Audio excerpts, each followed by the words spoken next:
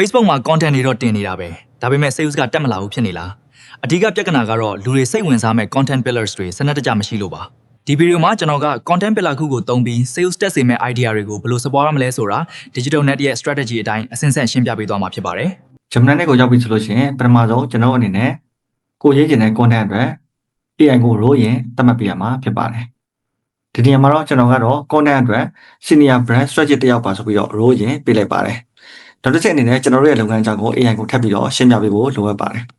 ဒါကတော့ကျွန်တော်မှာ diploma သင်တန်းရှိပါတယ် target audience တွေကတော့ gender ကတော့ယောက်ျားလေးရောမိန်းကလေးရောဖြစ်ပါတယ်ကျွန်တော်ရဲ့ AI နဲ့ digital marketing ကိုစိတ်ဝင်စားတဲ့သူတွေအနေနဲ့ကတော့ SME လုပ်ငန်းရှင်တွေ online shop owner တွေကျွန်တော် AI နဲ့ digital marketing ကိုစိတ်ဝင်စားတဲ့လုပ်ငန်းရှင်တွေပြီးလို့ရှိရင် location ကတော့မြန်မာနိုင်ငံလုံးဆိုပြီးတော့သတ်မှတ်ထားတာဖြစ်ပါတယ်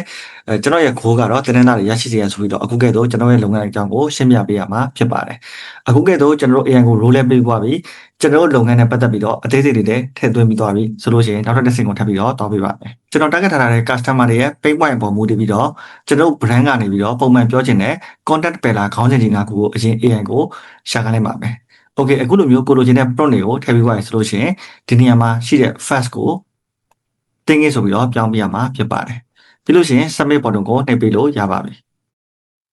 ဒီမှာဆိုလို့ရှိရင်ကျွန်တော်လုပ်ငန်းနဲ့သက်ဆိုင်တဲ့ content pillar တွေကို AI ကအခုကဲ့သို့ရှာပေးတာကိုတွေ့မြင်ရမှာဖြစ်ပါတယ်။ Okay အခုကဲ့သို့ content pillar 5ခုကိုရရှိသွားပြီဆိုလို့ရှိရင် content pillar တစ်ခုချင်းဒီတိုင်းမှာ content idea 10မျိုးစီထပ်ပြီးတော့ထုတ်ခိုင်းလိုက်မှာဖြစ်ပါတယ်။ဒါဆိုလို့ရှိရင် content pillar တစ်ခုကို idea 10ခုနဲ့ညှောက်လိုက်တဲ့အခါကျတော့ကျွန်တော်အတွက် content idea အခု40ရရှိတာကိုတွေ့မြင်ရမှာဖြစ်ပါတယ်။ဒါဆိုလို့ရှိရင်ပထမ content pillar တစ်ခုအတွက် idea 10မျိုးကိုအခုကဲ့သို့တွေ့မြင်ရမှာဖြစ်ပါတယ်။ဒါဆိုလို့ရှိရင်ကျွန်တော်လုပ်ငန်းနဲ့ကိုက်ညီပြီးတော့ customer တွေရဲ့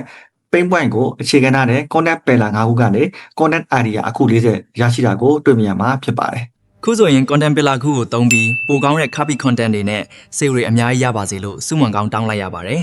ကျေးဇူးတင်ပါတယ်